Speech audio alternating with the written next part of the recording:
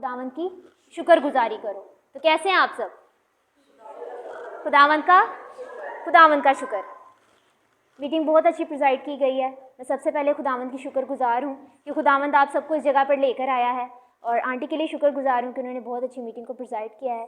खुदावंद की शुक्रगुजार हूँ कि वो अपने हकीर नचीज़ बंदों को जो है वो ये मौका देता है कि वो उसके हुजूर जो है वो खड़े होकर जो है उसकी बातों को बयान कर सकें। आंटी आसिया की शुक्रगुजार हूँ कि वो नौजवानों को मौका देती हैं कि वो आगे आएँ और खुदावंद की जो है वो खिदमत कर सकें। तो कौन से आयाम चल रहे हैं मेरे अजीज़ों? दुखों के कितने लोग हामी हैं? दुखों के आयाम चल रहे हैं। दुखों के आयाम चल, बिल्कुल यीशु ने बिल्कुल यीशु ने हमारे लिए सलीबी मौत बर्दाश्त की जो है, इस चीज़ की यादगारी मनाई जाती है। लेकिन ये दिन मेरे अजीज़ों दुखों के दिन नहीं, बल्कि ये खुशी के दिन है, क्योंकि हमारा कफ़ारा हुआ।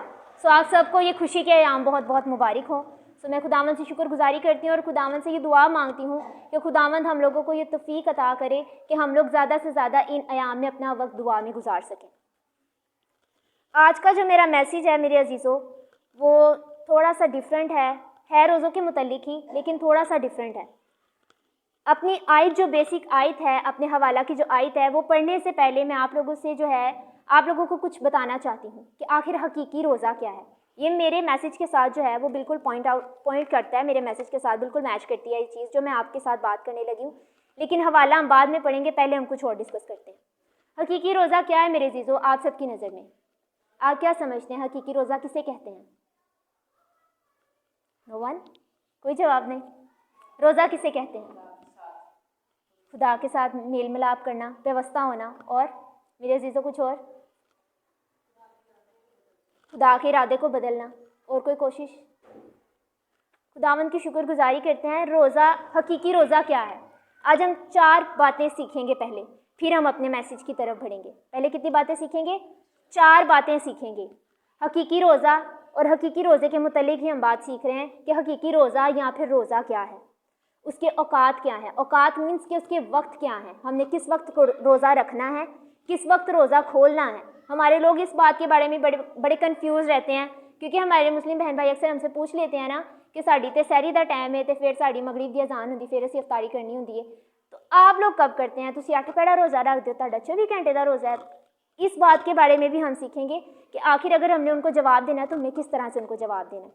तीसरी बात जिसका हमने जवाब ढूंढना है वो ये है कि रोज़ा किस तरह का होना चाहिए। और आखिरी बात यह है कि आखिर जब हम रोज़ा रखते हैं तो खुदा उसका हमें अजर क्या देता है। सबसे पहली बात कि रोज़ा क्या है, हकीकी रोज़ा क्या है।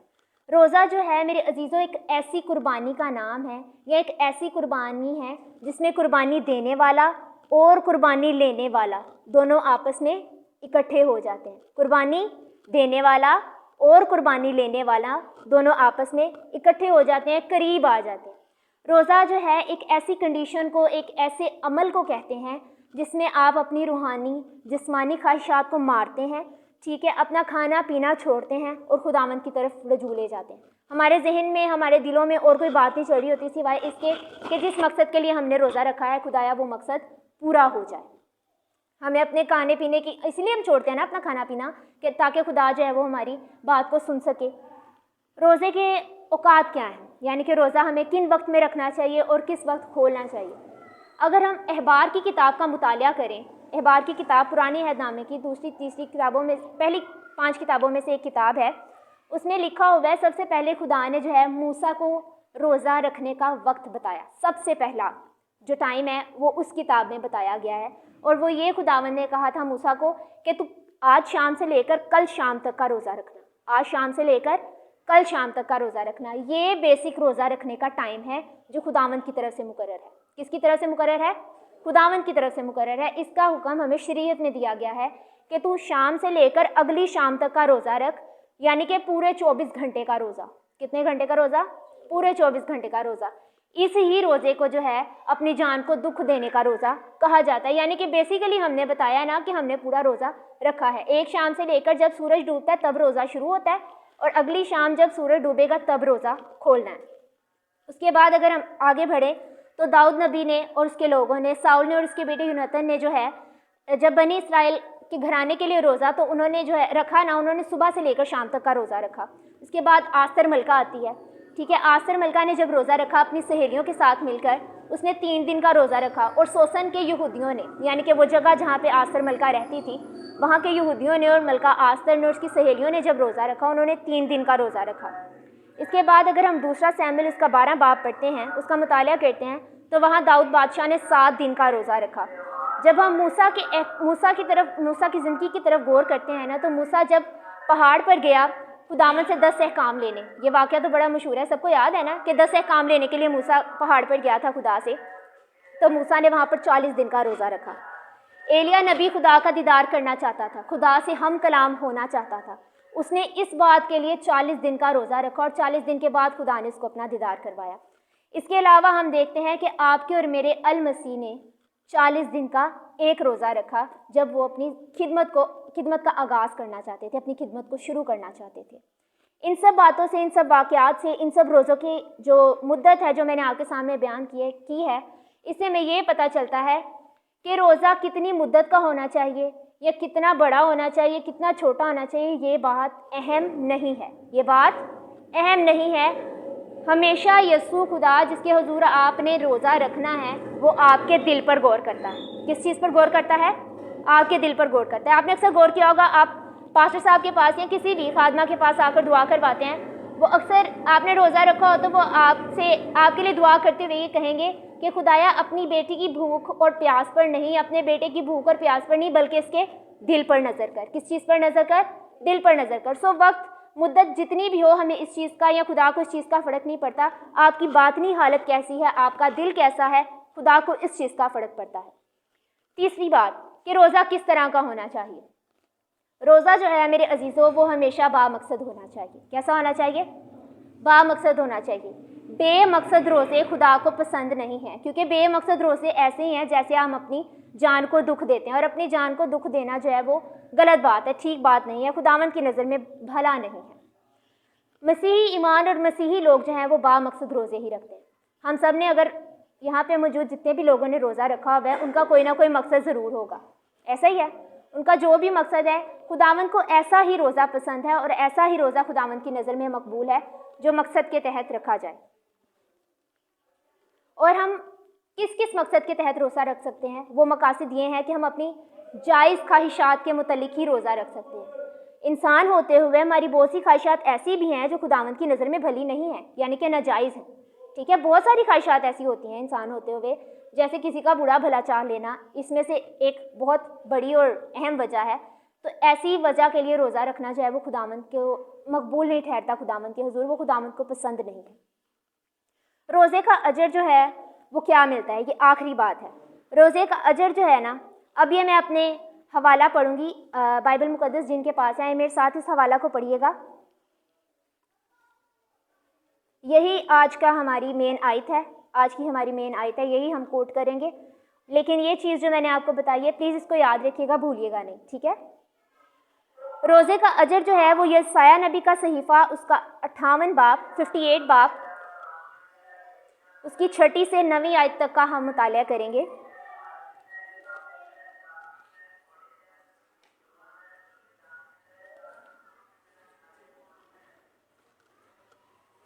यशाया नबी का सहीफ़ा, उसका 58 बाब उसकी 6 से 9 आयत का हम मुताला करेंगे। यहाँ कुछ यूँ लिखा है, कुछ यूँ तहरीर किया गया है, कुछ यूँ मरकूम है मेरे अजीज़ों। क्या वो रोज़ा जो मैं चाहता हूँ ये नहीं कि जुल्म की जंजीरें तोड़ें और जुए के बंधन खोलें और मज़लूमों को आज़ाद करें, बल्कि हर एक जुए को तोड़ डालें। क्योंकि ये नहीं कि तू अपनी रोटी भूखों को खिलाए और मिस्कीनों को जो आवारा है अपने घर में लाए, जब किसी को नंगा देखे तो उसे कपड़े पहनाए और अपने हम जिनसों से रूपोशी ना करे। तब ये हवाला जो है ये सुनने वाला है, ये ज़रूर सुने।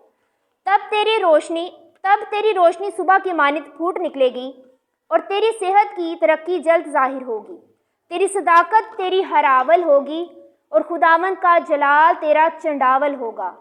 तब तू पुकारेगा और खुदावंद जवाब देगा, तू चिल्लाएगा और वो फरमाएगा कि मैं यहाँ हूँ। पाक कलाम के पढ़े और सुने जाने पर खुदावंद की खास बरकत नाजिल हो। ये वो बेसिक आयत है और यही रोज़े का अजर है।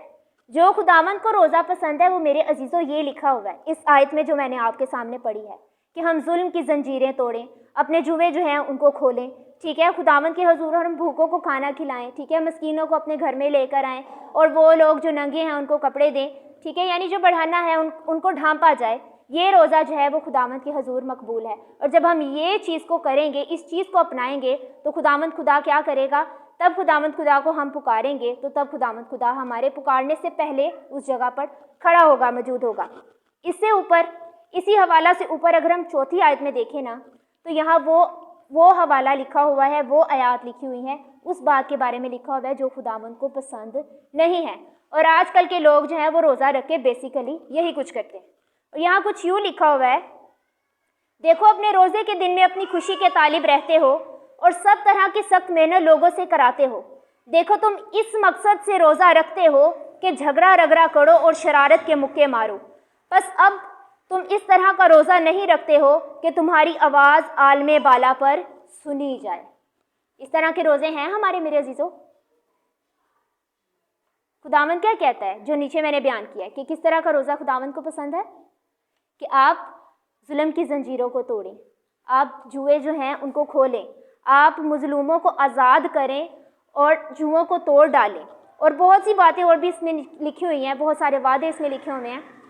ये बाब जो है ना, इसका जो मेन उन्वान है, ये बाब, यसाया नबी का बाब 58 बाब, इसका जो मेन उन्वान है वो यही है कि हकीकी रोज़ा, वो हकीकी रोज़ा जो इसमें बयान किया गया है कि आपको रोज़ा रखना किस तरह से, और वो हकीकी रोज़ा जो इसमें बयान किया गया है वो खुदावंद की मर्ज़ी से रखा जाने वाला रोज़ा है। मेरे अजीज़ों, सबसे पहले हम गौर करते हैं यसाया नबी के सहीफ़ा पर। यसाया नबी के नाम का मतलब है कि यहोवा हमारी निजात है, यहोवा हमारी निजात है। यसाया नबी के सहीफ़े में 66 बाब है, यानी कि 66 किताबों का मजमुआ है। ये एक अकेली किताब, यसाया नबी की किताब, ठीक है, यसाया नबी का सहीफ़ा, ये एक किताब। और इसका हर एक बाब कलाम मुक़द्दस की एक किताब का मुकाशवा बयान करता है। क्योंकि कलाम मुक़द्दस में कितनी किताबें हैं टोटल, पता है किसी को? 66 किताबें हैं। और यसाया नबी के सहीफ़ा की कितने बाब हैं मैंने अभी बताया है, 66। और हर किताब का जो है हर बाब मुकाशवा बयान करता है, ठीक है। इसमें 1292 आयात हैं, इसमें 33,044 अल्फाज हैं, 37,044 अल्फाज हैं। और ये किताब जो है यसाया नबी ने लिखी है, लेकिन लिखवाने वाला खुदा है। और इस किताब को 680 कबल अज़ मसीह से लेकर 740 कबल अज़ मसीह तक लिखा गया है, यानी कि 40 साल के अरसे में इसको कंप्लीट किया गया है। मेरे अजीज़ों, यहाँ पर जो है बहुत खूबसूरत हवाला मैंने आप सबके सामने पढ़ा है, रोज़े के मुतल्लिक़ हवाला, जिसमें ये बयान किया गया है। इसका सबसे पहले मैं आपको ये बताना चाहती हूँ कि हवाला, ये बात जो है यसाया नबी के थ्रू खुदा करवा रहा है, तो कर किससे रहा है? खुदा बनी इसराइल से बात कर रहा है। किससे बात कर रहा है? बनी इसराइल से बात कर रहा है। और खुदा जो है वो बनी इसराइल कौन थे? खुदा की बड़ी लाडली कौम थे, बड़े पसंदीदा कौम थे। खुदावंद ने उनको कहा है कि तुम मेरा तुखम हो, तुम मेरी औलाद हो, तुम मेरी मिरास हो, तुम मेरे बेटे हो। खुदावंद ने उनको बहुत सारे नामों से नवाजा। खुदावंद ने उनको कहा है कि वो मेरी आँख की पुतली हैं, खुदावंद की आँख की पुतली हैं बनी इसराइल कौम। ये उनके मुतल्लिक़ बात हो रही है।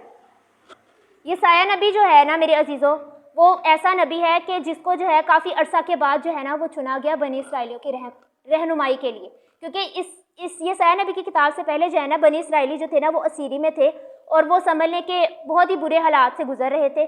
खुदावंद जो था उनकी नाफरमानी की वजह से जो था ना उनसे थोड़ा खतरा, मतलब खुदावंद जो उनसे थोड़ा दूर हो गया था उनकी सिर्फ नाफरमानी की वजह से। लेकिन फिर यसाया नबी को भेजा गया और यसाया नबी के थ्रू उन तक ये मैसेज पहुंचाया गया कि आखिर खुदा उनसे दूर क्यों हुआ था।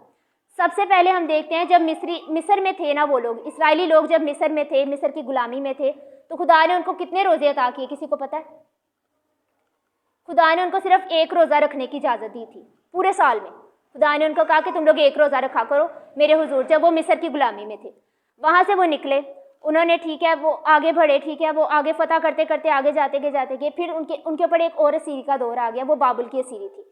जब वो बाबुल की असीरी में चले गए, वहाँ से वो छूटे, खुदा को उन पर रहम आया तो खुदा ने उनको 4 और रोज़े अता किए। खुदा ने उनको कहा कि अब तुम लोग के पास टोटल 5 रोज़े हैं और तुम लोगों ने ये 5 रोज़े पूरे साल में रखने हैं।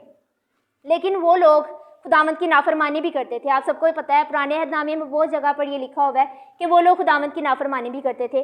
और ऐसा ही हुआ कि उन्होंने खुदावंद की नाफरमानी की, बख्शे हुए जो रोज़े थे उनको उन्होंने मसक कर दिया। मसक कर दिया यानी कि खुदावंद के जो है ना, उन्होंने अपना मुंह मोड़ लिया उस चीज़ से।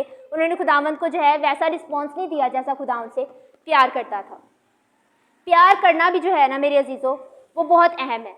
जैसे माएँ हैं वो अपने बच्चों से प्यार करती हैं, शोहर अपनी बीवी से प्यार करता है, ठीक है, माँ बाप भी अपनी औलाद से प्यार करते हैं, बीवी भी अपने शोहर से प्यार करती है। प्यार में जो है ना, प्यार और मोहब्बत में मेरे अजीज़ों फर्माबरदारी और ताबेदारी बहुत ज़्यादा ज़रूरी और अहमियत की हामिल है।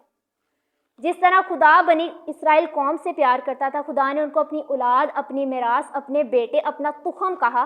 खुदा चाहता था कि उसके बेटे बेटियां जो बनी इसराइल कौम से ताल्लुक़ रखते हैं वो उसके हुक्मों पर ऐसे ही अमल करें जैसा कि खुदा उनको कहता है।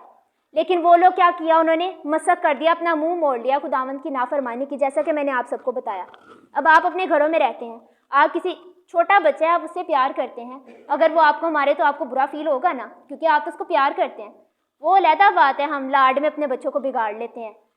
खुदावंद भी इसी चीज़ का बयान करते हैं। कलाम में एक जगह पर लिखा गया है कि जिस शख्स से ज़्यादा मोहब्बत की जाए ना, लाड प्यार अक्सर उसको बिगाड़ भी देता है। तो ये बात गलत है कि हम लाड प्यार में किसी को बिगाड़ दें। हम रोज़ा रखते ही क्यों हैं? जब हम रोज़ा रखते हैं ना मेरे अजीज़ों, और हम अपने चेहरा खिला खिला रखते हैं, ठीक है ना, हम क्यों कहते हैं कि हमें सैड नहीं होना चाहिए, मुँह नहीं बनाना चाहिए? क्योंकि रोज़ा रखने के पीछे भी खुदा को हम पर प्यार आता है। बच्चे जब किसी चीज़ की ज़िद करते हैं, भूख प्यास छोड़ के बैठ जाते हैं, अपने माँ बाप से कहते हैं हमें ये गेम लेकर दो, हमने वरना खाना ही नहीं खाना। माँ बाप को क्या आता है, कभी गुस्सा भी आता है, कभी प्यार भी आता है कि क्या यार अब इसने खाना पीना छोड़ दिया, अब इसको लेकर देनी पड़नी है, ठीक है ना। यसू भी ऐसा ही है। जब आप अपनी मुनाजातें फरियादें उसके पास लेकर जाते हैं, अपना खाना पीना छोड़ के, भूख प्यास रख के, तो वो भी उसको भी आप पर प्यार आता है और वो आपकी बात मान लेता है। रोज़ा यही चीज़ का नाम है कि रोज़ा आपकी ज़िद भी मनवा सकता है, और रोज़ा जो है आपको जो है वो उस काबिल, उस मुकाम तक भी ले जाता है कि आप यीशु के बहुत ज़्यादा करीब चले जाते हैं। ऐसा ही बनी इसराइल कौम ने भी किया, ठीक है ना। उन्होंने, खुदावंद चाहता था कि वो जितने करीब है उससे भी ज़्यादा करीब आ जाए खुदावंद की, ठीक है। खुदावंद चाहता था कि वो प्यार जो खुदावंद उनसे करता है, वो हुक्म जो खुदावंद उनको देता है, वो उन हुक्मों पर अमल करें, और उन हुक्मों पर अमल करते हुए वो खुदावंद के करीब से करीब तक आते रहें। लेकिन मेरे अजीज़ों, उन्होंने उन सब से इनकार कर दिया। उन कवानीन को जो खुदावंद ने उनके लिए बनाए थे उनसे इनकार किया, और खुदावंद की नाफरमानी से नाफरमानी करते रहे और करते रहे। जाहिर है फिर खुदा को गुस्सा आया और खुदा ने उनको क्या किया, तर्क कर दिया, यानी कि छोड़ दिया कुछ अर्सा के लिए। तब यसाया नबी ने ये कहा, तब खुदावंद की तरफ से उनको ये मैसेज भेजा गया कि खुदावंद ने तुम लोगों को इस वजह से छोड़ा है, वो रोज़े जो तुम लोगों ने नहीं रखे, वो कवानीन जिनका तुम लोगों ने अमल नहीं किया। खुदावंद कहता है कि तुम लोग इस मकसद के लिए रोज़ा रखते थे कि तुम लोग झगड़े करो, एक दूसरे को मारो, तुम लोग गलत काम करो, तो खुदावंद ने इसलिए तुम लोगों को छोड़ दिया था, क्योंकि वो खुदा क्या है, राह, हक और सच पे खड़ा रहता है। उसको इन चीज़ों से कोई, मेरे अजीज़ों, कोई भी किसी भी किस्म का जो है ना मवाद हासिल नहीं है कि वो जो है वो लड़ाई झगड़े देखे और हम लोगों से जो है वो किसी किस्म का इस्तेफादा हासिल करे। इसके बाद आती है नीचे वाली आयत, जिसमें कुछ यूँ लिखा हुआ है कि ये नहीं कि जुल्म की जंजीरें तोड़ डाले, बल्कि जुए के बंधन खोले और मजलूमों को आज़ाद करें। मेरे अजीज़ों, इस आयत की अगर मैं आपके सामने तशरीह करूं तो इस आयत की तशरीह कुछ यूँ होगी कि आज का जिस तरह का दौर चल रहा है, जिस तरह के वाक़यात चल रहे हैं, आज का जुल्म सितम का दौर जो है उसमें हम लोग भी जालिम बन गए हुए हैं। इस बात में कोई शक है? नहीं है, हम लोग भी जालिम बन गए हुए हैं, और हम लोग का जुल्म जो है ना वो भी हाई लेवल तक पहुंच गया हुआ है। ये समझ लें कि जुल्म की आखिरी हद तक हम भी पहुंचे हुए हैं। हम बंदे को बंदा नहीं समझते, ऐसा ही है। हमारे पास से कोई बेचारा मांगने वाला हमारे पास से गुजर जाए ना, बेचारे का कोई हाथ पाँव हमें लग जाए, हम बोलना शुरू कर देते हैं। ऐसे ही होता है, हाथ पाँव लग जाए बेचारे का, को बोलना शुरू कर देते हैं। बेचारे थोड़ा बहुत गंदा हुआ हो, मिट्टी वगैरह उसको लगी हो, हम बोलना शुरू कर देते हैं। हम खुद जुल्म के इस दौर में जो है ना वो जालिम बन गए होंगे। सो ये चीज़ भी खुदावंद को मेरे अजीज़ों पसंद नहीं है। मेरे अजीज़ों, ये खुदावंद को चीज़ पसंद नहीं है। हमें इस चीज़ को तर्क करने की ज़रूरत है। इसके बाद कहा गया है कि हम जुए के बंधनों को तोड़ डालें। जुए के बंधनों को तोड़ डालने से मुराद ये है कि वो मुश्किलात, वो परेशानियां जिनके अंदर हम जकड़े हुए हैं। आज हर शख्स को कोई ना कोई परेशानी है। जिस तरह के हालात चल रहे हैं, महंगाई की परेशानी बहुत ज़्यादा, ऐसे ही है। बच्चों को पढ़ाएंगे कैसे, उनको खिलाएंगे क्या, अगले महीने फ़ीसें देनी है, मेरी मामा को मेरी टेंशन है, अगले महीने उन्होंने मेरी फ़ीस देनी है, वो मुझे डेली कहती है अगले महीने तेरी फ़ीस देनी, महंगाई इतनी है, क्या करें? टेंशन है, हर घर में टेंशन है मेरे अजीज़ों, ये हकीकी बात है, हर चीज़ में टेंशन है। हम किसी ना किसी मुसीबत का शिकार हैं। हम आगे बढ़ते हैं, हम पीछे वाली मुसीबतों की तरफ फिर देख लेते हैं, वो आगे वाली और मुसीबतें भी हमारे साथ इकट्ठी हो जाती है। कोई ना कोई चीज़ हमें बांधे हुए है, यानी कि हम मुकम्मल किसी ना किसी चीज़ की गिरफ्त में आए हुए हैं। इतने को बंधनों में हम बंधे हुए हैं ना कि हम अपने आप को एक एक करके भी खोलना शुरू करें ना तो हम फिर परेशानियों में गिरफ्तार हो जाएंगे। इसी बात के एवज़ यीशु कहता है, आपका और मेरा यीशु कहता है कि अपनी सारी फिक्रें मुझ पर डाल दो क्योंकि मुझे तुम्हारी फिक्र है। इससे अगले वाली आयत अगर हम पढ़ें तो वहाँ पर लिखा हुआ है कि मजलूमों को आज़ाद करे बल्कि हर तरह के जुए को तोड़े। क्या ये नहीं कि तू अपनी रोटी भूखों को खिलाए, मस्कीनों को जो आवारा है अपने घर में लाए, जब किसी को नंगा देखे तो उसे कपड़े पहनाए और अपने हम जिन्स से रूपोशी ना करे। किसी को खाना खिलाना आसान है? आजकल तो बहुत मुश्किल। और कोई कमेंट है?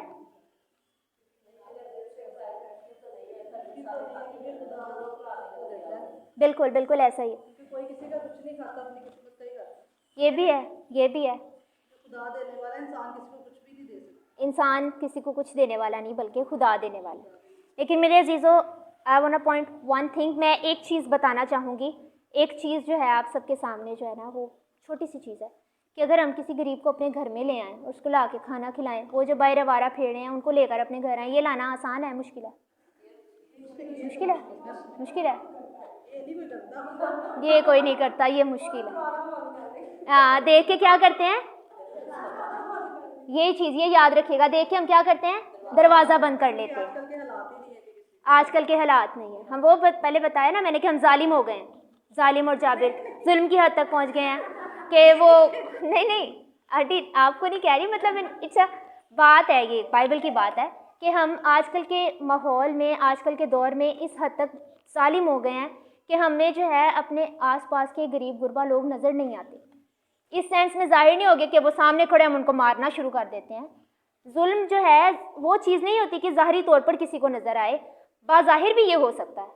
ज़रूरी नहीं कि आप किसी के साथ ज़ाहरी तौर पर बुरा करें तो ही बुरी चीज़ है, आप किसी के साथ जो है बाज़ाहिर भी बुरा कर सकते हैं। ठीक है, वो बात मेरी जो रह गई है वो बीच में ये है कि अगर हम उनको अपने घरों में लाएं तो उनको खाना खिलाना थोड़ा मुश्किल है। एक तमसील यीशु मसीह ने फरमाई नए अहदनामा में, मेरे अज़ीज़ों आप सबने वो तमसील सुनी होगी कि एक जो था बहुत अमीर कबीर शख्स था जिसने ज़ियाफ़त का इंतज़ाम किया और उसने बहुत सारे लोगों को अपने घर में दावत दी, लेकिन लोग नहीं आए ना, नहीं आए। ये नए अहदनामे में तमसील लिखी है और यीशु ने ये तमसील कही है कि उस आदमी ने जो है अपने घर में ज़ियाफ़त रखी और उसने बहुत सारे लोगों को अपने घर में आने की दावत दी, लेकिन लोग नहीं आए। ठीक है, और उस आदमी ने क्या किया, उसने अपने खादम को हुक्म दिया, मेहरबानी करके प्लीज़ सब कलाम की तरफ मुतवज्जा हो।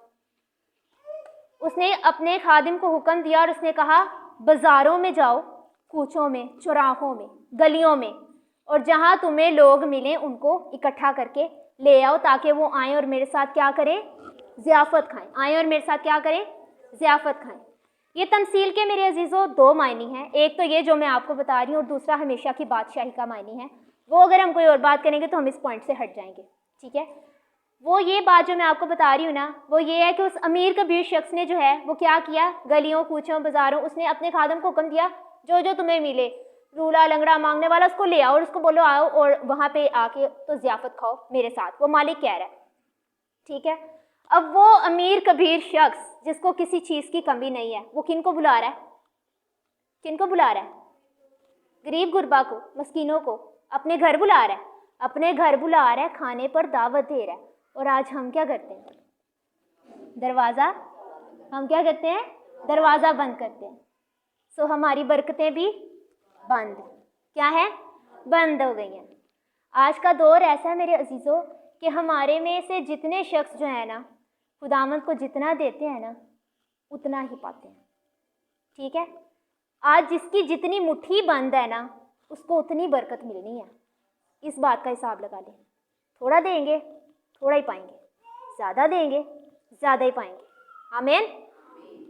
यहाँ पे लिखा हुआ है कि तू अपनी रोटी भूखों को खिला। यहाँ पर अपनी रोटी भूखों को खिलाने का क्या मतलब है? इस बात का कोई मुझे मतलब बताना चाहे। अपनी रोटी भूखों को खिलाएं, अपने घर से रोटी भूखों को खिलाएंगे मतलब है,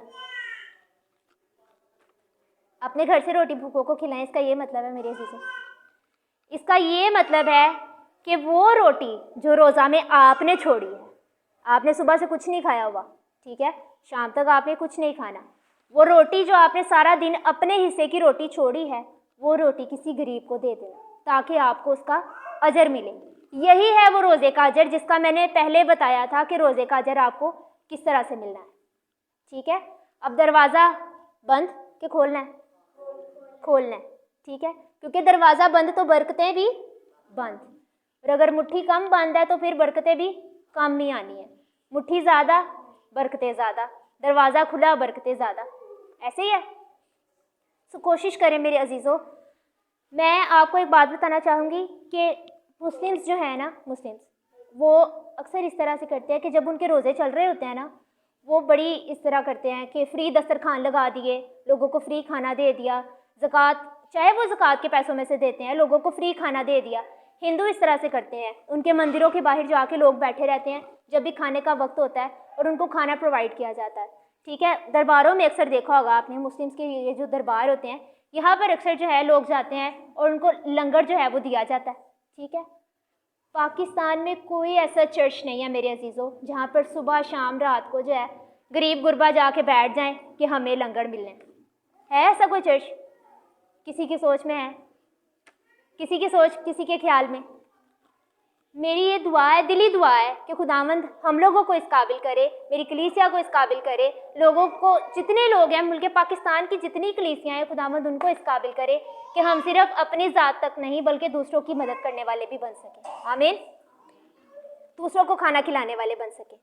सो यहाँ पर जो खाना खिलाने का मतलब है ना, वो ये है कि आप लोगों ने जो सारा दिन अपने आप का अपना फाका किया है ना, जो सारा दिन में आपने रोटी खानी थी 3 बार, वो 3 बार में एक एक करके किसी और को दे दें, ठीक है। अब ज़रूरी नहीं है कि आप उसको अपने घर पे लेकर आएँ या उसकी दावत करें, आएँ जी, बैठें जी, खाएं जी, ठीक है। आप उनको जो है वो खाना प्रोवाइड कर सकते हैं। अगर कोई आपके घर के बाहर आता है तो आप उसको दे सकते हैं, ठीक है। उनको देख के अपना दरवाज़ा बंद करने नहीं करना, बल्कि आपने उनको वो खाना देना है ताकि वो खाना उन तक पहुँचे, ठीक है मेरे अजीज़ों। इससे अगली आयत लिखी हुई है कि जब तू किसी को नंगा देखे तो उसे पहनाए और अपने हम जिन्सों से रूपोशी ना करे। हम जिन्स कौन होते हैं? हम जिन्स का मतलब होता है हम जैसे। कोई अपनी माँ के पेट से अमीर तो पैदा नहीं होता, ना ही अपनी माँ के पेट से कोई मांगने वाला पैदा होता है, ऐसे ही है ना। सब एक जैसे पैदा होते हैं बिना कपड़ों के, ठीक है। सब एक ही बराबर हैं खुदा की नज़र में। सब हमारे हम जिन्स हैं, हम जैसे हैं, इंसान हैं। तो अपने हम लोगों ने रूपोशी करने का मतलब होता है किनारा कशी कर लेना, पीछे हट जाना किसी से। खुदावंद हमें कह रहा है कि अपने हम जिन्सों से रूपोशी ना करो। अगर वो तुम लोगों से कुछ मांगते हैं तो उनको ज़रूर वो चीज़ें दो, ठीक है। अगर वो तुम लोगों से खाना मांगते हैं तो तुम लोग ज़रूर उनको खाना दो। इसकी मिसाल जो है मैं मुकाशफा की किताब में जो है आप लोगों को देना चाहूँगी कि जब अदालत का वक्त होगा ना मेरे अजीज़ों, जब अदालत का वक्त होगा ना मेरे अजीज़ों, तो खुदावंद के दाएं और बाएं लोग खड़े होंगे, दोनों साइड्स पर, ठीक है। और जब दाएं हाथ लोग खड़े होंगे ना, यीशु उनसे कहेंगे कि ऐ मेरे बाप के मुबारक लोगों, वो बादशाही जो बनाए आलम से तुम्हारे लिए बनाई गई है उससे मिरास मिलो। और जो बाएं हाथ खड़े होंगे उनको दोज़ख में जाने का बोला जा रहा होगा, ठीक है। जो दाएं हाथ खड़े होंगे ना, यीशु उनसे कहेगा कि जब मैं भूखा था तुम लोगों ने मुझे खाना खिलाया, जब मैं प्यासा था तुम लोगों ने मुझे पानी दिया, मैं जब कैद में था तुम लोगों ने मेरी खबरगिरी की, जब मैंने कपड़े नहीं पहने हुए थे तुम लोगों ने मुझे कपड़े दिए। और वो यीशु से पूछेंगे कि यीशु ऐसा हमने कब किया? तो यीशु उनसे कहेगा कि ये लोग, ये जो दुनिया में फिर रहे हैं, देखे ना आपने कितने मांगने वाले हैं, ठीक है ना, कितने मांगने वाले हैं, कितने हैं जो बेचारे जिनके पास कपड़े भी नहीं होते, ऐसे भी होते हैं, ठीक है। यीशु कहेगा अगर तुम लोगों ने उनके साथ किया है ना तो समझो मेरे साथ किया, ठीक है। सो हर वक्त जो है वो अच्छा भी हमारे साथ हो सकता है और हमारे साथ बुरा भी हो सकता है, ठीक है। और वो लोग जो बाएं तरफ खड़े होंगे जिनको दोज़ख में जाने का कहा जा रहा होगा, वो भी यीशु से सवाल करेंगे और वो यीशु से कहेंगे यीशु हमने तेरे नाम से दुआ की, तेरे नाम से बदरूहें निकाली, तेरे नाम से ये किया वो किया, ऐसे किया वैसे किया, तो तू हमें दोज़ख में जाने को क्यों कह रहा है? तब यीशु उनसे कहेगा जब मैं तुम्हारे पास खाना मांगने के लिए आया था ना, तब तुम लोगों ने मुझे खाना नहीं दिया, जब मैं कपड़ों के लिए आया था तुम लोगों ने मुझे ढांपा नहीं, जब मैं कैद में था तुम लोगों ने मेरी खबरगिरी नहीं की। सो आज वो वक्त है कि हम अपने दिलों को नरम करें, क्योंकि जब हम अपने दिलों को नरम करके रोज़ा रखेंगे, ये रोज़ा खुदावंद के हुजूर मकबूल ठहरेगा। ये रोज़ा जो हम अपनी ज़ात के लिए रखते हैं, अपने ख़ानदान के लिए रखते हैं, अपने बच्चों के लिए रखते हैं, अपने शोहर के लिए रखते हैं, अपने माली वसाइल के लिए रखते हैं, मेरे अजीज़ों, वो रोज़ा सिर्फ हमारी अपनी ज़ात की हद तक ही महदूद है। उस रोज़े से हम तरक्की नहीं कर सकते। वो रोज़ा जिसमें हम कोई अमली तौर पर काम करते हैं, जैसे कि ये भूखों को खाना खिलाना, ठीक है, और भी ये सिर्फ एक मिसाल आपको दी जा रही है भूखों को खाना खिलाने वाली। आप इसके अलावा भी बहुत सारे काम कर सकते हैं जो खुदावंद की हुजूर मकबूल ठहरे, ठीक है। जब आप इस तरह के कोई काम करते हैं अमली तौर पर, यानी कि खुदावंद को बेसिकली बताते हैं कि खुदावंदा ये चीज़ है, यानी कि अगर तूने मुझे तौफीक दिया तो मैं ये कर सकता हूँ। ज़रूरी नहीं है कि आप दाएं हाथ से करें और बाएं को पता चले, बताने की ज़रूरत नहीं है, लेकिन कर देना भी बहुत होता है मेरे अजीज़ों, और ये खुदावंद की नज़र में मकबूल ठहरता है। हम ऐसा करते हैं, हम आजकल के जो दौर है ना, मैं आपको जैसे बताया कि बहुत जुल्म सितम का दौर है। आजकल के दौर में जो है ना मेरे अजीज़ों, हम इस हद तक चले गए हैं कि हम लोग अपनी, सॉरी टू से दिस वर्ड, मैं ये अल्फाज बोलते हुए जो है ना आप सबसे माजरत करती हूँ कि हम लोग जो है ना अपनी औकात से बाहर होकर अपना काम करना चाहते हैं। हम रोज़ा रखते हैं ना, फॉर एग्जांपल किसी ने रोज़ा खुलवाया, कहते हैं हमारे रिश्तेदार आए, वो भी देखें हमने क्या क्या बनाया है, वो भी खाएं हमने क्या क्या बनाया है। ये रोज़ा नहीं मेरे अजीज़ों। रोज़ा वो है जो इनको खिलाकर आपको अजर मिलेगा, ठीक है। रोज़ा वो है जो अपनी रोटी छोड़कर किसी और को देने से अजर मिलेगा। यीशु को मैंने आगे क्या बताया कि यीशु को थोड़ा देंगे तो थोड़ी बरकत मिलेगी, ठीक है। हम क्या करते हैं, हमारे घर कोई अच्छी चीज़ बनी होती है, माएँ क्या करती हैं, बाला खुआती फटाफट, चलो चलो खाओ खाओ खाओ खाओ, थोड़ी बहुत ही बच गई प्यो वास्ते रखती, एलो जी तुसी भी चख लो थोड़ी को, वो खाते हैं, ओ अच्छा बना हुआ है, ठीक है। यीशु क्या है, यीशु मसीहत का हेड है, यीशु हमारे मसीही खानदान का बाप है, और अगर हम अपने बाप के लिए एंड वाला हिस्सा रखेंगे तो हमें बरकत मिलेगी। क्या सोचते हैं आप लोग, हमें बरकत मिलेगी? मेरे अजीज़ों, यीशु को हमेशा अगला दर्जा दें, पहला दर्जा दें। यीशु को हमेशा वो चीज़ दें जो आपने अपने लिए अच्छी निकाली है। कहें कि यीशु ये चीज़ तेरी है, ये चीज़ यीशु तेरी है, मैं तुझे ज़्यादा देता हूँ, अच्छा देता हूँ, ताकि तू मुझे मल्टीप्लाई करके ज़्यादा वापस करे। इन चीज़ों पर अगर आप अमल करेंगे मेरे अजीज़ों, इस मोहब्बत में रहकर अगर आप इन कवानीन पर अमल करेंगे तो यीशु आपको बरकत पर बरकत देगा। आमीन। यहाँ पर ऊपर वाले हवाले में मेरे से एक चीज़ छूट गई है, वो मैं आप सबको ज़रूर बताना चाहूँगी। यहाँ पे लिखा हुआ है कि जब भी तुम रोज़ा रखो ना तो अपने आप को झाओ की तरह झुकाओ। झाओ का पता है किसी को क्या होता है? पता है किसी को? दरख्त होता है एक, सही आंटी ने बताया, झाओ जिसकी वो झुका हुआ होता है। ये दरख्त जो है ना मेरे अजीज़ों, नदियों के किनारे, समंदरों के किनारे, वो जहाँ पे ताज़ा पानी बहता है ना, वहाँ पे ये दरख्त लगा होता है। और ये दरख्त जब ये मतलब कि भर रहा होता है ना, बिल्कुल अभी उगता ही है, सबकी बात आपको बता रही हूँ, ये बिल्कुल छोटा सा होता है और बड़ा ही नरम होता है, बहुत ही नरम मुलायम सा होता है, छोटा सा होता है।